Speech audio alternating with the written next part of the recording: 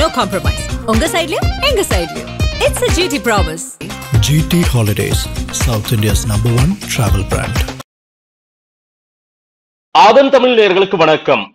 நேற்றைய தினம் தமிழக வெற்றி கழகத்தினுடைய பிரச்சார கூட்டம் திரு விஜய் அவர்கள், தமிழக வெற்றி கழக தலைவர் விஜய் அவர்கள் தொடர்ச்சியாக தேர்தல் பிரச்சார கூட்டங்கள்ல திருச்சியில தொடங்கி இது ஒரு 3வது வாரமாக சனிக்கிழமை நாட்கள்ல அவருடைய பிரச்சார கூட்டம் நேற்றைக்கு நாமக்கல் மற்றும் கரூர் பகுதிகளில் நடந்தேறியது. நாமக்கல் கூட்டம் முடிந்த பிறகாக கரூர் கூட்டம், அதாவது நாமக்கல் கூட்டமே காலை 8:45 மணிக்கு நடந்திருக்க வேண்டியது. ஆனாலும் அவர் ஒரு 1:30-2 மணி வாக்குல தான் திரு விஜய் அவர்கள் பேசி முடித்து விட்டு கரூர் கூட்டம் அவருக்கு கொடுக்கப்பட்ட நேரம் 3 மணி. ஆனால் கரூர் கூட்டம் அவர் ஒரு 7 மணி வாக்குல அங்க அந்த கூட்டத்தில் மிகப்பெரிய ஒரு அலையான கூட்டம். அந்த கூட்டத்துக்கு மத்தியிலே திரு விஜய் அவர்கள் பேச தொடங்கிய போதே பல பிரச்சனைகள் அங்கு தொடங்கி விட்டது. அதற்கு பிறகாக மிகப்பெரிய ஒரு சோகமான துயரமான சம்பவம், இந்திய தேசமே திரும்பி பார்க்கக்கூடிய ஒரு துயரமான சம்பவம் நடந்தேறிவிட்டது நம்முடைய தமிழ்நாட்டில். இது ஒரு பேரதிர்ச்சியை தான் கொடுத்திருக்கிறது. அந்த களத்தில் நம்முடைய ஆதன் எப்போதுமே அந்த இடத்துல தமிழக வெற்றி கழகத்தினுடைய பிரச்சார கூட்டத்தை நம்முடைய சினிமா செய்தியாளர்கள் திரு முரளி அவர்களும் பாலு அவர்களும் அங்கே இருந்து கொண்டு ஒவ்வொரு களத்திற்கும் ஒவ்வொரு மாவட்டத்திற்கும் சென்று நேரடியாகவே அங்கு தாவேகா தொண்டர்கள், அங்கு விஜய் ரசிகர்கள் பேசக்கூடிய பல விஷயங்களை செய்திகளாக நம்ம கொடுத்துட்டே இருக்கோம். நேற்றைய தினமுமே அவங்க நாமக்கல் முடித்து விட்டு கரூர் அந்த காட்சிகளையுமே நேற்று இரவு முழுவதுமே அவங்க நமக்கு ஆதன் தொலைக்காட்சியில் நமக்கு ஒளிபரப்புற அளவுக்கு நமக்கு கொடுத்திருந்தாங்க. இப்போதுமே அந்த வேலுச்சாமிபுரத்துல நம்முடைய செய்தியாளர் திரு முரளி அவர்கள் அங்கதான் இருந்துட்டு இருக்காரு. அதே போல கரூர் GH, அதாவது அரசு பொது மருத்துவமனைகளை நம்முடைய செய்தியாளர் பாலு இருவருமே அங்க நம்மோடு இணைந்து அங்கு என்ன நடந்தது, கரூரில் நடந்த சோக துயர சம்பவத்திற்கு என்ன காரணம், சம்பவம் நடந்த இடத்திலே நம்முடைய களத்தில் ஆதன் செய்தியாளர்கள் இருந்தார்கள். அவர்களிடமே நாம கேட்டு பல தகவல்களை பெறுவோம். முதல்ல அங்கு அந்த வேலுச்சாமிபுரத்தில் இருக்கக்கூடிய நம்முடைய செய்தியாளர் முரளி, வணக்கம். இணைப்புல இருக்கீங்க, கேக்குதுங்களா? வணக்கம் மதேஷ். நம்ம இங்க கரூர்ல வேலுச்சாமிபுரத்துல தான் இருந்துகிட்டு இருக்கோம். நேற்று இங்க விஜய் அவர்கள் மதிய வேளையில வரதா சொல்லியிருந்தாரு. ரொம்ப தாமதமா இரவு 7 மணிக்கு தான் இந்த இடத்த அடைஞ்சிருக்காரு. சோ நம்ம இன்னைக்கு நின்றுட்டு இருக்க இந்த களம், நேற்று அவரு இந்த ஸ்பாட்ல நின்றுதான் பேசக்கூடிய வாய்ப்பு இங்க அரங்கேறி இருக்கு. நேற்று அவர் பேசும் பொழுது, அதாவது காலையில 11 மணில இருந்து மக்கள் இங்க நிறைய பேர் கூடக்கூடிய எண்ணிக்கையில அவங்க இருந்திருக்காங்க. அவங்க திட்டமிட்டபடியான எண்ணிக்கைகள் இல்லாம அதையும் மீறின ஒரு கூட்டமா நேற்று இங்க கூடியிருக்காங்க. அதுவே இதுக்கு முக்கியமான காரணமா இருந்திருக்கு. ஆனா இங்க இருக்கக்கூடிய மக்களும் இங்க இருக்கக்கூடிய காவலர்களுமே கூட என்ன சொல்றாங்க அப்படின்னா, இங்க இருக்க கூட்டத்தை எங்களால கட்டுப்படுத்த முடிஞ்சது. ஆனா விஜயோட வாகனத்துக்கு முன்பின் இருபுறமும் வந்த கூட்டமா இருக்கட்டும், விஜய் வந்ததுக்கு அப்புறம் கூடின கூட்டமா இருக்கட்டும், அதுதான் ரொம்ப மக்கள் கூடிட்டாங்க. சோ அதுதான் அதுக்கான அந்த தள்ளுமுழுக்கான முக்கியமான காரணம் அப்படின்றாங்க. சோ காலையில விஜய் அவர்கள் அங்க நாமக்கல்ல இருந்து கிளம்பி இருந்தாரு அப்படின்னா சொன்ன நேரத்துக்கு மதிய வேளையில இங்க சேர்ந்திருப்பாரு. காலையில 11 மணிக்கே கரூர் மக்கள் எல்லாருமே ஒரே இடத்துல ஆஜராயிட்டாங்க. அப்ப இருந்தே அவங்களுக்கு உணவு, தண்ணி, இந்த மாதிரியான விஷயங்களுக்கு பற்றாக்குறை ஏற்பட்டிருக்கு. அது மட்டும் இல்லாம அவங்க இங்க அந்த பாடல்கள், தமிழக வெற்றி கழகத்தின் பாடல்கள் ஒளிபரப்பப்பட்டிருக்கு. அந்த பாடலுக்கு காலையில இருந்து இரவு வரைக்குமே அவங்க அந்த பாடலுக்கு உண்டான நடந்தும் இந்த மாதிரியான விஷயங்களை பண்ணி அவங்க ரொம்ப ட்ரையா இருக்காங்க. அதுதான் இங்க மிக பெரிய ஒரு வருத்தத்துக்குரிய செயல். அவங்க அந்த காலையில இருந்து உணர்ச்சி வசப்பட்டு இருக்கிறதுனால அந்த தண்ணியும் உணவும் அவங்களுக்கு இல்லாத இன்னொரு காரணமும் கூட அந்த மயங்கி விழுந்ததுக்கு ஒரு முக்கியமான காரணமா சொல்றாங்க. விஜய் அவர்கள் இந்த இடத்துக்கு வந்த பொழுதே கூட விஜய் அவர்கள்ட்டையுமே கூட தண்ணி அப்படின்ற விஷயத்த கேட்டாங்க. அவரும் அவரோட வேன்ல இருந்து தண்ணி பாட்டில தூக்கி போட்ட விஷயமும் நம்மளால பார்க்க முடியுது. குறிப்பா நம்ம இங்க நின்றுட்டு இருக்க இந்த இடம், இங்கதான் அந்த துயர சம்பவம் அரங்கேறி இருக்கு. இங்க பாத்தீங்கன்னா கீழே ஒரு கால்வாய் மாதிரி ஒண்ணு போகுது. சோ இந்த இடத்துல மக்கள் இங்க இருந்த மக்களை விட அதிகமா பேர் கூடினால ஒருத்தர் மேல ஒருத்தர் விழுந்து அந்த உயிர் சேதம் அப்படின்றது இந்த இடத்துலதான் அரங்கேறிக்கனால இப்ப இங்க ஃபுல்லாவே அடைக்கப்பட்டிருக்கு. காவல்துறை இந்த பக்கம் யாருமே போக கூடாது அப்படின்றத அவங்க ரொம்ப ஸ்ட்ரிக்டா இத காலையில இருந்து நேற்று நைட்ல இருந்தே ஃபாலோ பண்ணிக்கிட்டு இருக்காங்க. நேற்று அந்த கூட்டம் அப்படின்றது விஜய் அவர்கள் போனதுக்கு அப்புறம் சில பல தள்ளுமுள்ளும் தடியடும் வந்தது உண்மைதான். ஆனா மக்கள் இதுக்கு பக்கத்திலே பாத்தீங்கன்னா ஒரு சந்து இருக்கு. அந்த சந்துக்குள்ளார ஒரு 50 பேர் கிட்ட மூச்சு பேச்சு இல்லாம ரொம்ப சிரமப்பட்டு இருந்தாங்க. அங்க இருக்கக்கூடிய மக்கள் கண்ணீர் விட்டு நம்ம பேசக்கூடிய விஷயங்கள் நம்மளால பார்க்க முடியுது. அவர் இதுக்கு முன்னாடி கூடின திருச்சியோ நாகப்பட்டினமோ திருவாரூரோ அரியலூர் பெரம்பலூர் எங்கேயுமே இல்லாத அளவுக்கு ஏன் இங்க அப்படின்னு நம்ம பார்க்க முடியுது. நம்ம பார்த்துட்டு இருக்கும் பொழுது இந்த இடம் அப்படின்ற ஒரு விஷயமே அவங்க மையப்படுத்தி சொன்னாங்க. ஆனா இந்த இடத்துக்கு மேலேயும் மரம், டிரான்ஸ்பார்ம் இந்த மாதிரி இடங்களையும் அந்த இளைஞர்களோட வேகத்தை கட்டுப்படுத்த முடியாம எல்லாருமே மேலே ஏறினாங்க. அப்படின்றதும் இந்த ஊர் மக்கள் சொல்லக்கூடிய தகவல்லாம் இருந்துகிட்டு இருக்கு. சோ இங்க வந்து இது வரைக்கும் காலணிகள் மட்டும் ஒரு 2000-3000 காலணிகள் மட்டும் இங்க இருக்கு. 2 லாரியில வந்து எடுத்துட்டு போற அளவுக்கு இந்த காலணிகள் மட்டுமே இங்க இருந்துகிட்டு இருக்கு. இதெல்லாம் பார்க்கும் பொழுது நேற்று இரவு அந்த கதறுகள் சத்தம், அந்த மக்களோட அந்த கதறல் சத்தம் எப்படி இருந்திருக்கும். நிறைய பேர் இது இன்ன வரைக்குமே அவங்க பேசும் பொழுது கண்ணீர் விட்டு நிறைய விஷயங்கள் சொல்லிக்கிட்டு இருக்காங்க.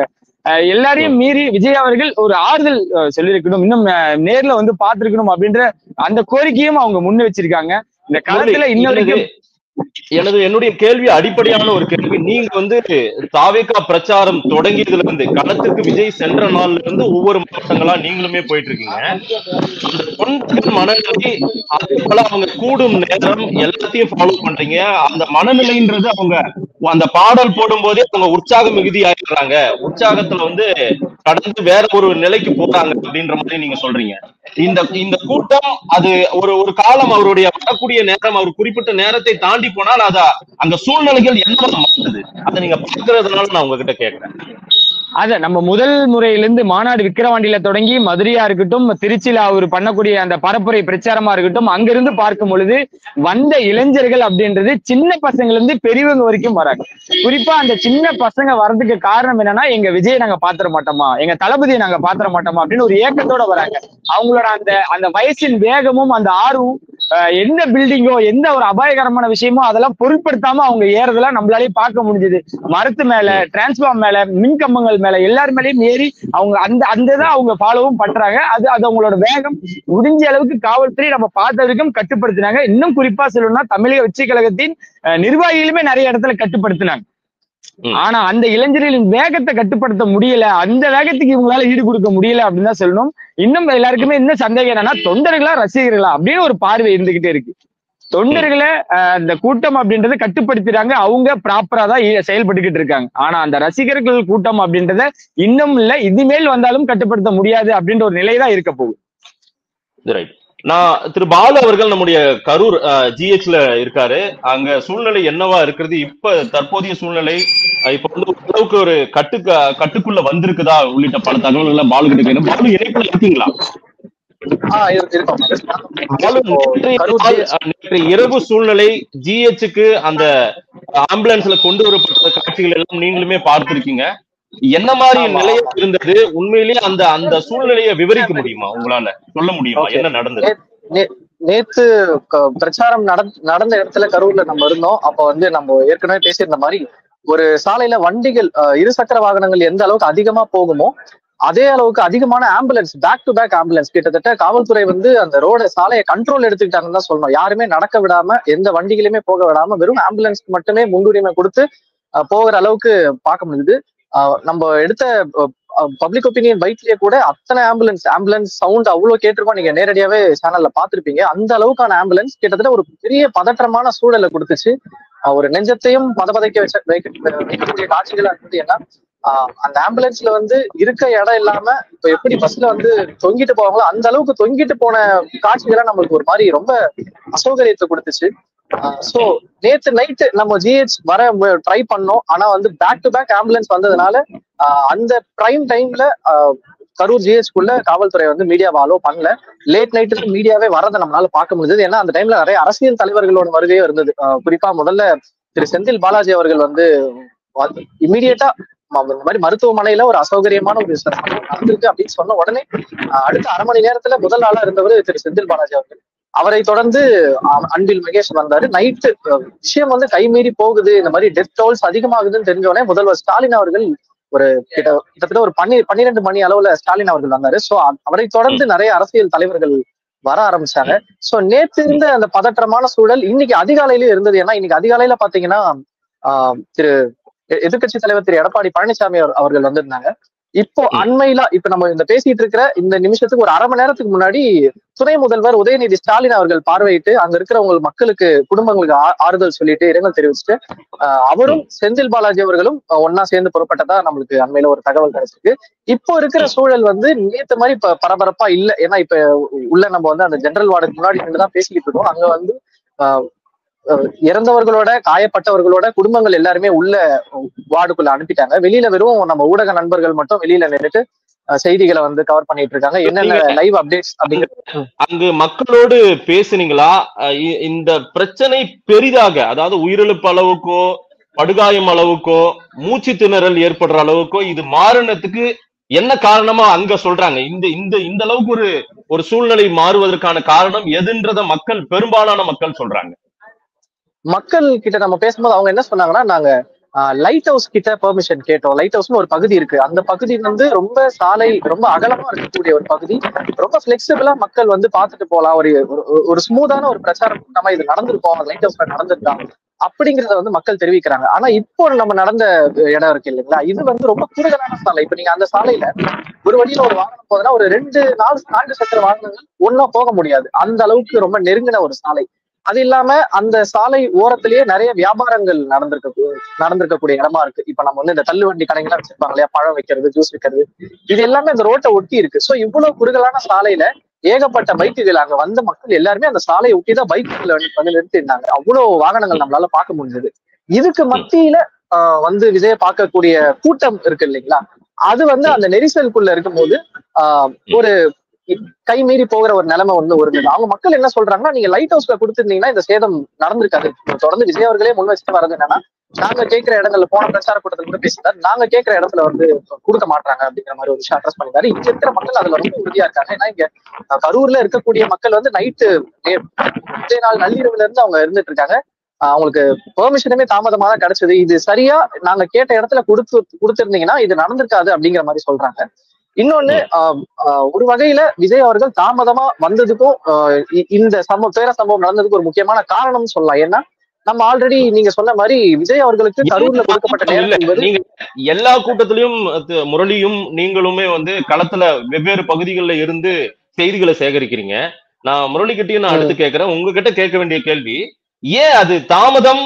அது வந்து அங்க சூழ்நிலை கருதிதான் தாமதமாகுதா, அல்லது வந்து இது செயற்கையாகவே அங்க உருவாக்கப்படுகிறதா? விஜய் அவர்கள் நினைத்தால் அந்த நேரத்துக்கு வர முடியும்ல? இல்ல மதேஷ், இப்போ என்னுடைய அவதானிப்பு என்னன்னா, நாமக்கல்ல இருந்து கரூருக்கு ஒரு 45 நிமிஷம் தான் வச்சுக்கோங்களேன். இந்த இப்ப சூழல் காரணமா ஒரு தாமதம் வருதுன்னா அது வந்து ஒரு 3 மணி நேரம் 2 மணி நேரம் தாமதமாக வந்தா ஏற்றுக்கொள்ளக்கூடியது.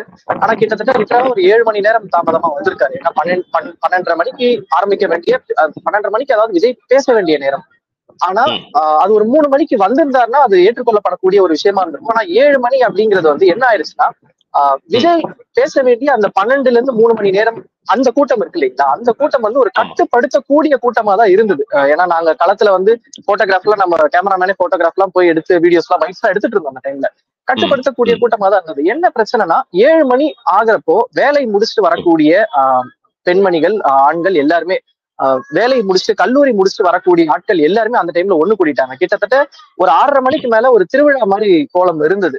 ஏன்னா அவ்வளவுதான், பொதுமக்கள், ரசிகர்கள், தொண்டர்களை தாண்டி பொதுமக்களுக்கு ஒரு வாய்ப்பு, ஓகே விஜய் பாக்குறதுக்கு ஒரு வாய்ப்பு இருக்கு, பயன்படுத்திக்கலாம் அப்படிங்கிறதுனால அதை விட ஒரு ட்ரிபிள் மடங்கான கூட்டம் ஒரு 6 மணிக்கு மேல நம்மளால பார்க்க முடியும். சோ இந்த கூட்டம் வந்து மக்கள் எல்லாருமே விஜய் எந்த இடத்துக்கு போறாருங்கிறது முன்கூட்டியே அவங்களுக்கு தகவல் வந்துச்சு. இந்த இடத்துலதான் சரி நிக்க போறாருங்கிற அளவுக்கு அவங்களுக்கு தகவல் வந்துச்சு. சோ ஒட்டுமொத்த கூட்டமே அந்த இடத்துல போயிட்டு டம்ப் ஆயிட்டாங்க. நம்ம ஆல்ரெடி சொல்லி இந்த மாதிரி நம்ம கேமராமேனே கூட ரொம்ப தடுமாறி தாண்டி வந்தாரு. அவ்வளவு சிக்கல்களை ஊடகமாவும் சேர்ந்து நம்ம அவ்வளவு சிக்கல்களை சந்திக்க வேண்டியதா இருந்தது. சோ இப்போ இடம் பெர்மிஷன்ங்கிறது ஒரு பிரச்சனையா இருந்ததுன்னா முக்கியமான பிரச்சனையா கள செய்தியாளர்கள் அவங்களுடைய மனநிலை என்ன, அவங்களுடைய பணிகள் என்னன்னு நானுமே களத்துல இருந்து வந்தவன்றதுனால எனக்கு தெரியும். முரளி, நேற்று இரவு நீங்க அந்த பகுதியில இருந்தீங்க. நான் முரளி கிட்ட போயிட்டு சில தகவல்களை கேட்கணும்னு நினைக்கிறேன். அந்த வேலுச்சாமிபுரம் சூழ்நிலையில வந்து அந்த பகுதியில வந்து மின்சார துண்டிப்பு இருந்ததாக சொல்றாங்க. சிலர் காலணிகள் வீசியதாக எல்லாம் சில செய்திகள் எல்லாம் உலா வருது. நீங்க அங்க அந்த பகுதியில இருந்ததுனால ஆஸ் எ ஜேர்னலிஸ்டா, ஒரு பத்திரிகையாளரா நீங்க பார்த்தது என்ன? இந்த மாதிரி சம்பவங்கள் எல்லாம் நடந்ததா? மின்சார துண்டிப்பு ஏதேனும் இருந்ததா? விஜய் அவர்கள் வாகனம் உள்ள வந்ததுமே வந்து அதான் நம்ம சொன்ன மாதிரி அந்த இளைஞர்கள் கூட்டம் கட்டுப்படுத்த முடியாது. அவங்களோட வேகத்துல இடக்கிற இடத்துல எல்லாத்துலயும் ஏற ஆரம்பிச்சுட்டாங்க. மின் கம்பங்கள், மரத்து மேல, பில்டிங் மேல எல்லாத்துலயும் அவங்களோட அந்த ஆர்வம் மிகுதியா ஏறுன்ற ஒரு காரணத்தினாலதான் இங்க இருக்கக்கூடிய பக்கத்துல ஒரு டிரான்ஸ்ஃபார்ம் இருக்கு, அதுல அங்கேயும் மீறி ஏறிட்டாங்க அப்படின்றதையும் மக்கள் எல்லாருமே ஒரு கருத்தை முன்வைக்கிறாங்க. ஆனா 10 to 15 நிமிடங்கள் வந்து மின்சார துண்டிப்பு இருந்தது அப்படின்றத இங்க இருக்க மக்கள் ஏத்துக்கிறாங்க. அதனாலேயே இங்க அந்த கரண்ட் கம்பு அந்த மின்சார துண்டிப்பு இருந்திருக்கு. அது இன்னும் அடுத்த கட்டத்துக்கு உண்டான கூட்டத்தை நெருக்கடியில தள்ளுமுள்ள அதிகரிச்சிருக்குது அப்படின்னு எல்லாம் சொல்றாங்க. இன்னொன்னு என்னன்னா, இந்த வேணும்னு மின் துண்டிப்பு அப்படின்ற விஷயம் பாத்தீங்கன்னா, ஒரு பர்டிகுலரா ஒரு இடத்துல மட்டும் மின் துண்டிப்பு நடந்திருக்கு அப்படின்றதா எல்லாருக்கும் இன்னும் கேள்விகளை அதிகப்படுத்திக்கிட்டே இருக்கு. அதுதான் ஏன் அப்படின்றதும் எல்லாரும் கேள்வி முன்வைக்கிறாங்க. விஜய் அவர்களுமே பேசும் பொழுது அந்த மைக் ஒர்க் ஆகல அப்படின்றதுனால, அந்த ஆடியோ கேட்கலனால மக்கள் இன்னும் கிட்ட வந்துட்டாங்க, அவர் என்ன பேசுறாரு அப்படின்னு கேட்கறதுக்காக முன் வந்துட்டாங்க அப்படின்றதையும் ஒருத்தர் வாதமா முன்வைக்கிறாங்க. ஆனா இவங்க தரப்புல என்ன சொல்றாங்களோ, நாங்க எதுவுமே பண்ணலீங்க, மின் துண்டிப்பு எப்பவுமே வழக்கம் போலதான் இயங்கிட்டு இருந்தது, ஒரு கட்டத்துக்கு மேல இளைஞர்களை கட்டுப்படுத்த முடியல, அதனாலதான் டிரான்ஸ்பார்ம் மேல ஏறி ஒரு அசம்பாவிதம் நடக்கக்கூடாதுன்றதுக்காக மின் துண்டிப்பு அங்க ஏற்படுத்திருக்கு அப்படின்றதும் ஒரு தரப்பினர் முன்வைக்கிறாங்க. இந்த மாதிரி காலையில இருந்து இங்க பேசும் பொழுதும் கேட்கும் பொழுதும் மாறி மாறியான தகவல்களை பரிமாறிக்கிட்டு இருக்காங்க. முரளி அண்ட் பாலு, தொடர்ந்து நீங்க அங்க களத்தில் செய்திகளை சேகரித்து கொண்டே இருங்க, நிறைய தகவல்களை கொடுத்துட்டே. விஜய் மீதான இந்த சம்பவத்துக்கு பிறகாக அங்கு என்ன சொல்றாங்க, மருத்துவமனையில என்ன பேசினாங்கன்றத பாலு கிட்ட கேட்கிறேன். முரளி, நீங்க சொல்லி முடிச்சிருங்க. அங்க களத்துல என்ன சொல்றாங்க, விஜய் மீதான பார்வையா என்ன சொல்றாங்க இந்த சம்பவத்துக்கு பிறகாக? நிறைய மறுப்பு ஏற்பட்டிருக்கு. ஏன்னா விஜய் அவர்கள் இந்த களத்துல இந்நேரம் வந்திருக்கணும், எப்படி நேற்று நைட் இந்த தகவல்கள் கேள்விப்பட்டதும் எப்படி அவர் சென்னை போனாரு அப்படின்றத மக்களால் ஏத்துக்க முடியல. அவர் ஒரு அறிக்கையா அந்த தகவல்களை வெளியிட்டு இருந்தாலுமே கூட நேர்ல அவர் பார்த்திருக்கணும். ஒரு முதல்வர் வராங்க, இப்ப இந்த தொகுதியின் செந்தில் பாலாஜி அவர்கள் முதலாளா வர்றது கூட அவங்க அதிகமா பேசும் பொருளா இல்ல. ஆனா முதல்வர் அவர்கள் நிக்கிறாரு, இரவோட நிக்கிறாரு, அன்பில் மகேஷ் நிக்கிறாரு. இந்த மாதிரி எல்லாருமே நிக்கக்கூடிய அளவுக்கு இந்த கூட்டத்தில் மேலே அவங்களுக்கு விருப்பம் இருக்கோ இல்லையோ, எதனால இப்படி நடந்தது அப்பாற்பட்டு, அரசியல் அப்பாற்பட்டு எல்லா தலைவர்களும் வந்துட்டாங்க. எதிர்கட்சி தலைவர் வந்துட்டாரு, மோடி அவர்கள் ஒரு ட்வீட் போடுறாங்க. இந்த மாதிரி எல்லாருமே சொல்லும் பொழுது ஏன் விஜய் அவர்கள் எதுவுமே வாய் பேசல அப்படின்றத ஒரு அவங்களுக்கு ஒரு வேதனையா தான் அதை முன்வைக்கிறாங்க, ஒரு கோரிக்கையாவும் முன்வைக்கிறாங்க. ஏன்னா இங்க இந்த இத்தனை உயிர்கள் பலி போனதுக்கு முக்கியமான காரணம் அவரு தான். அவரை பாக்குறதுக்காக சின்ன சின்ன குழந்தைகளும் ஆர்வத்தோட வந்தாங்க. அப்ப நாளைக்கு அந்த குடும்பத்துக்கு அவர் என்ன சொல்ல போறாரு? ஏன்னா இந்த சம்பவத்தை எதோட எல்லாருமே கனெக்ட் பண்றாங்கன்னா, அந்த அல்லு அர்ஜுனோட கனெக்ட் பண்றாங்க. ஏன்னா அங்க ஒரு பெண்ணும் ஒரு குழந்தையும் இருந்ததுக்குமே அவங்க தக்க நடவடிக்கைகள் எடுத்தாங்க. சோ அந்த மாதிரி இங்க எடுக்கணும்னு சில தரப்பினர் முன்வைக்கிறாங்க அவங்களோட வாதத்தை. என்ன இருந்தாலும் இங்க இவங்களோட ஒரு கோபத்தை கட்டுப்படுத்தணும் அப்படின்னா விஜய் கண்டிப்பா களத்துல வரணும், அவர் நேர்ல இறங்கி ஒரு மருத்துவமனைக்கு அவங்களுக்கு ஒரு ஆறுதலாக சொல்லணும் அப்படின்றதான் இங்க இருக்கிற பாதி மக்களோட விருப்பமா இருந்துச்சு. ரைட் பாலு, மருத்துவமனை வளாகத்துக்குள்ளார இருக்கக்கூடியவங்க அவங்களுடைய சொந்த பந்தங்கள் அவங்களுடைய மனநிலையை என்னவா வெளிப்படுத்துறாங்க இந்த சம்பவத்தை ஒட்டி? அவங்க சொல்றது இந்த சம்பவத்துக்கு பிறகாக விஜயனுடைய கூட்டத்துக்கு போய் இப்படி நடந்ததா சொல்றாங்களா, அல்லது அவங்களுடைய பார்வையா என்ன குறைபாட மையப்படுத்தி சொல்றாங்க குற்றச்சாட்டு? அவங்க இப்ப எந்த கருத்துமே சொல்ல முடியாத ஒரு உடைந்த நிலையில இருக்காங்க. அதை ஒட்டி நம்ம இங்க ஹாஸ்பிட்டல்ல சுத்தி இருக்க மத்த மக்கள் கிட்ட பேசும்போது அவங்க என்ன சொல்றாங்கன்னா, அவசியம் விஜய் வந்திருக்கணும் அப்படிங்கிறது ஒண்ணு. அதை தாண்டி விஜய் வர முடியலன்னா அட்லீஸ்ட் தாவேகா சார்பா ஒரு 2ஆம் நிலை அல்லது 3ஆம் நிலை தலைவராக வந்திருக்கணும். ஆனந்த் அவர்கள் இருக்காரு, மாதவ் அர்ஜுனா அவர்கள் இருக்காரு, இவங்க கூட ஏன் வரல அப்படிங்கறது ஒரு பெரிய கேள்வியா ஒண்ணு வைக்கப்படுது. சோ இப்போதைக்கு இங்க இருக்கக்கூடிய பேச தாவேகா சார்பா ஏன் எங்களுக்கு எந்த விதமான ஒரு ஆறுதலோ எந்த விதமான ஒரு இதுவுமே கிடைக்கல, ஒரு டெம்ப்ளேட்டான இரங்கல் மட்டும் போதுமா? அதை தாண்டினதுதானே அரசியல். சுற்றி நடக்கக்கூடிய ஒரு சம்பவம் நடந்து போச்சு, ஒரு துர்சம்பவம். அதனால அவங்க சூழ்நிலை கருதோ காவல்துறை கூட ஸ்பாட்டுக்கு வர வேண்டாம்னு கூட சொல்லி இருக்கலாம். இதுவும் ஒரு செய்தியாளரா உணர முடியும். விஜய் கூட ஏன் இன்னுமே விஜய் அந்த இடத்துல இருக்க வேண்டாம்னு கூட அரசு தரப்புலயோ காவல்துறை தரப்புலயோ சொல்லி இருக்கலாம். இதுவும் ஒன்று. ஆனால் அந்த மக்களின் வலின்றது ஒரு தொழில்ன்றது ரொம்ப சோகமான நிகழ்வு. இந்த சம்பவங்கள் எல்லாம் பார்க்கும்போது நமக்குமே ரொம்ப வேதனைகளும் வேதனை. ஏன்னா குழந்தைகள், ஒரு 5 பெண் குழந்தைகள், 4 ஆண் குழந்தைகள் என 9 குழந்தைகள் இறந்திருக்கிறது சோகமான ஒரு நிகழ்வு. தொடர்ச்சியாக நீங்களுமே ரொம்ப பாதுகாப்போடு அந்த செய்தியை சேகரித்து நேற்று இரவு கொடுத்திருந்தீங்க. உங்களுடைய பாதுகாப்பும் இரவு நேரத்துல முக்கியம் என்பதை நாங்க சொல்லியிருந்தோம். நீங்களுமே இன்னும் தொடர்ச்சியாக அங்க என்ன நிகழ்வு நடந்தது, இங்க ஒரு தனிநபர் ஆணையம் எல்லாம் வெளியிட்டு இருக்காங்க. முதலமைச்சரும் துணை முதலமைச்சரும் களத்துக்கு வந்திருக்காங்க. விஜய் தரப்பிலுமே தற்போது ஒரு ஆலோசனை கூட்டம் பனையூர்ல நடந்துட்டு இருக்கிறதா ஒரு தகவல் கிடைத்திருக்கிறது. நீங்க தொடர்ச்சியாக செய்திகளை சேகரிங்க. களத்துல உங்களுடைய பணி உண்மையாவே மதிக்கக்கூடியது. முரளி மற்றும் பாலா இருவருக்கும் நன்றி. நம்முடைய camera person Harish and Manoj இருவருமே அங்க துரிதகதியா அந்த கூட்டத்துல அவங்களுமே சிக்கி அவங்களும் வெளியேறி இருக்காங்க. எல்லோருமே இருந்து செய்தியை ஒளிபரப்போம். இனி இப்படி ஒரு துர் நிகழ்வு நடக்கக்கூடாது என்பதே எல்லாருடைய எண்ணமா இருக்கும். களத்திலிருந்து செய்தியை வழங்கிய முரளி மற்றும் பாலா இருவருக்கும் நன்றி. நேர்களே, ஒரு துயர் சம்பவம் நடந்திருக்கிறது. இதை நம்ம ஒரு சென்சேஷனலா அணுகாம ஒரு சென்ஸா நம்ம அணுகுவோம். இது இனி இந்த சம்பவம் நடக்காமல் இருக்க என்னவோ அதை அரசு ஒரு ஏற்பாடு செய்யட்டும்.